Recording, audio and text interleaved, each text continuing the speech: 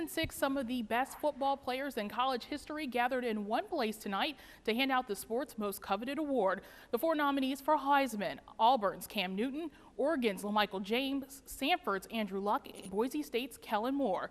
But only one goes down as a winner. The winner is Cam Newton of Auburn University.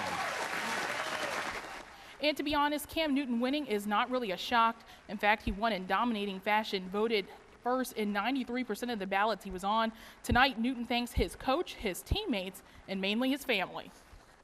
You know, my parents do a lot of things behind the scenes that goes unnoticed.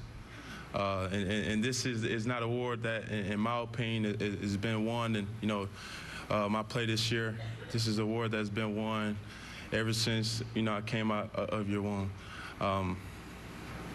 Thank you for everything that you do for me and my family, and to my father. I love you so much. Now, Newton can place his Heisman right next to the 2 other awards he took home earlier this week, the Maxwell and Davy O'Brien Awards. And this isn't a Heisman, but it's pretty good. Gamecocks wide receiver Alshon Jeffrey makes football news as he makes the Football Writers Association of America All-America team. Jeffrey set South Carolina school records in both receptions with 79 and also receiving yards with more than 1,300 this season. Well, the Shrine Bowl is still a week away, but today some of the best players in the state were in Myrtle Beach, so I guess you could call it a warm-up. It's the annual North-South game. Now, coming into today, North's won 9 of the last 12 meetings between the 2 sides. North getting off to a rocky start right away. This ball would bounce off of South Florence's helmet, but it would be recovered by North, and they would cash it in for a field goal.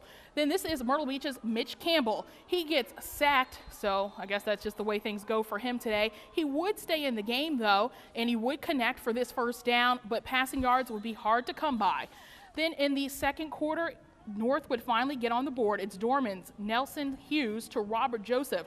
It's a 45-yard touchdown. North goes up 10-0 at this point. South trying to respond, but no such luck. He would be picked off by Spartanburg's Daquan Brown. He returned that for a pick 6, and North would go on to win by a final score of 23-6.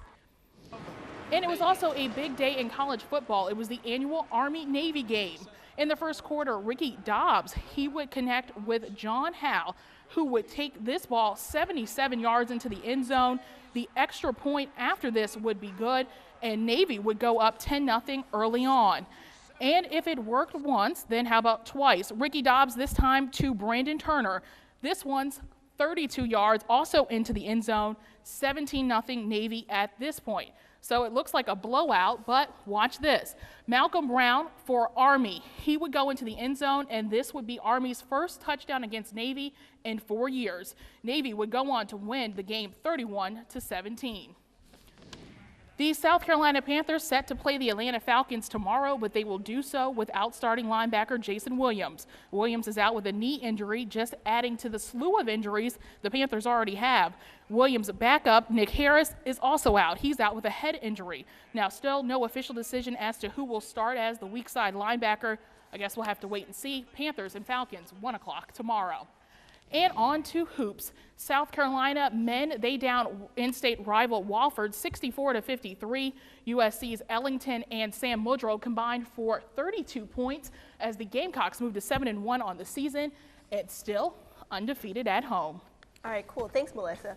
All right, we'll have your tomorrow's check on the forecast when News 13 at 11.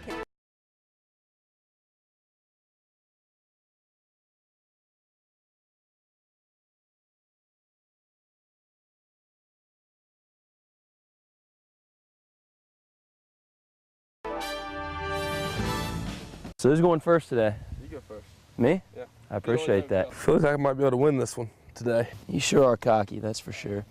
Anyone who spends a few hours on the golf course with the Elmore brothers will quickly find out 2 things. They both are really good at golf, and they both are competitive.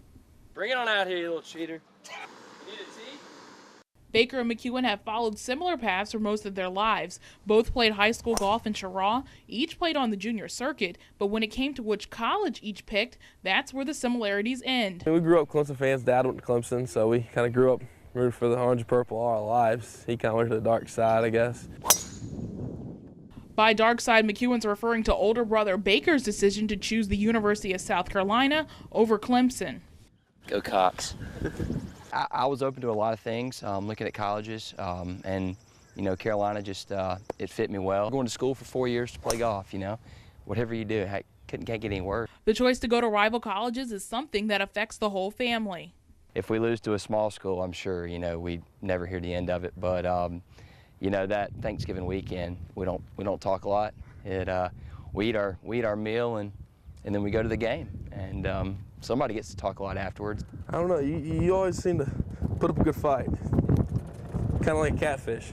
Of course, the teasing is only out of love. When asked who usually wins a round of golf, the brothers agreed it's split right down the middle. However, both feel as though they benefited from playing against each other. You know, for years I just beat up on him, so it was great, and then he became my younger and yet larger brother, so, you know, I couldn't call him little brother anymore, and he started hitting it a long way, and it got a little tougher to beat him. So. You never wanted to lose to him, so you would always practice more, practice harder, just so you can beat him, and when he's one of the top players in the state and in the country, for that matter, you kind of get a lot better.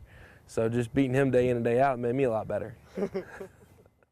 So what's next for the siblings? The younger Elmore McEwen still has 2 years at Clemson, while Baker plans to trade in his golf clubs for a business suit and head to the nation's capital. With all that said, there's still one thing left unanswered. Who won today's game? Always. Great playing, man. Enjoyed it. Once again, Clemson wins. Melissa Younger, News 13. It's the night still fresh in the minds of many. Last year, South Carolina basketball fans stormed the court when the Gamecocks knocked off then #1 Kentucky. Well, fast forward a year, and tonight Carolina and Kentucky, they meet up again. But a lot's changed for USC. Mainly senior and then leading scorer Devin Downey is gone. But despite that, the Gamecocks still sit atop the SEC East with a 3-1 conference record. Well, the Gamecocks continue their surprising start this week with an SEC overtime win against Arkansas.